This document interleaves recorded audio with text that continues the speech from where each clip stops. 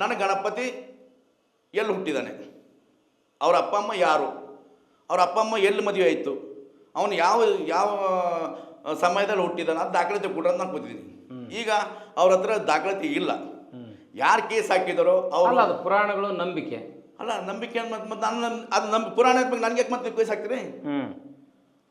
ಪುರಾಣ ಅದೊಂದು ಕಡೆ ಹೇಳ್ತಾರೆ, ವಚನ ಹೇಳ್ತಾರೆ, ಪುರಾಣಗಳೆಲ್ಲವೂ ಆಗಮಗಳೆಲ್ಲವೂ ವೇದಗಳೆಲ್ಲವೂ ಪುರಾಣ ಓದೋ ಪುಂಡ್ರಗೋಷ್ಠಿ ಅಂತೇಳಿ ವಚನ ಹೇಳುತ್ತೆ. ನಾನು ಅದೇ ರೀತಿ ಮಾಡ್ಬಿಡ್ತೀನಿ. ಪುರಾಣ ಓದೋ ಪುಂಡ್ರಗೋಷ್ಠಿ ದೇವ್ರು ಯಾಕಂತೀರ ಅಂತ ಹೋಗ್ತೀನಿ. ನನ್ನ ಧರ್ಮಕ್ಕೆ ಹೇಳ್ತಾ ಇದ್ದೀನಿ.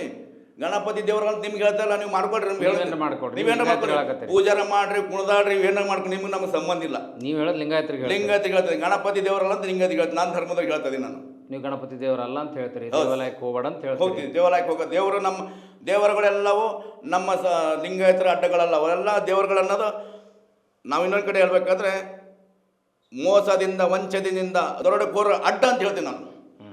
ಅದೇನಾರಿರಲಿ ನೀವು ಹೋಗ್ಬೇಡ್ರಿ, ಹೋಗ್ಬೇಡ, ನೀವು ಇಷ್ಟಲಿಂಗ ಕಟ್ಕೊಳ್ರಿ ಅಂತ ಹೇಳ್ತೀವಿ. ಇಷ್ಟಲಿಂಗ ಪೂಜೆ ಮಾಡಬೇಕು, ವಚನ ಸಾಹಿತ್ಯ ಓದಬೇಕು, ನಮ್ಮ ಲಿಂಗ ಧರ್ಮದ ಆಚರಣೆ ವಿಚಾರ ಪಾಲನೆ ಮಾಡ್ಬೇಕು. ನೀವು ನಿಮ್ಮ ಪ್ರಕಾರ ಆಚರಣೆಗಳಿಗೆ ಮಿನಿಮಮ್ ಏನೇನು ಮಾಡಬೇಕು? ನಿಮ್ಗೆ ಏನು ಮಾಡಬೇಡಿ ಸರ್. ನಿಮ್ಗೆ ಬೆಳಗ್ಗೆ ಎದ್ದ ತಕ್ಷಣ 3 ಟೈಮ್, ಬೆಳಗ್ಗೆ ಸಾಯಂಕಾಲ 2 ಟೈಮ್, ನಿಮ್ಗೆ 3 ಟೈಮ್ ಅಂತ ಆಗಲ್ಲ, 2 ಟೈಮ್ ಶಿವಯೋಗ ಮಾಡಿ, ಇಷ್ಟಲಿಂಗ ಪೂಜೆ ಮಾಡ್ಕೊಳ್ಳಿ, ವಚನ ಅಧ್ಯಯನ ಮಾಡಿ, ನಿಮ್ಮನ್ನು ಮತ್ತು ಕಾಯಕ ಮಾಡಿ, ಆ ಕಾಯಕ ಬಂದಂಥ ಅಮೌಂಟ್ ನಿಮ್ಗೆ ಎಷ್ಟು ಬರುತ್ತೆ ಅದರಲ್ಲಿ ನೀವು ಅದ್ರ ಒಂದು 5% 10% ದಾಸೋಹ ಮಾಡಿ. ಈಗ ನಮ್ಮ ಸಂಘಟನೆ ಇದೆ, ನಾವು ಸಂಘಟನೆ ಇಲ್ಲಿವರೆಗೂ ಒಬ್ಬನ ಹತ್ರ 1 ರೂಪಾಯಿ ತೊಗೊಂಡಿರ್ಬೇಕಾದ್ರೆ ಇತಿಹಾಸ ತೆಗೆದು ನೋಡಿ. ಏನು ಸಂಘಟನೆ? ನಮ್ಮದು ವಿಶ್ವಗುರು ಬಸವಣ್ಣನವರ ಅನುಯಾಯಿಗಳು ಒಕ್ಕೂಟ ಅಂತಿದೆ.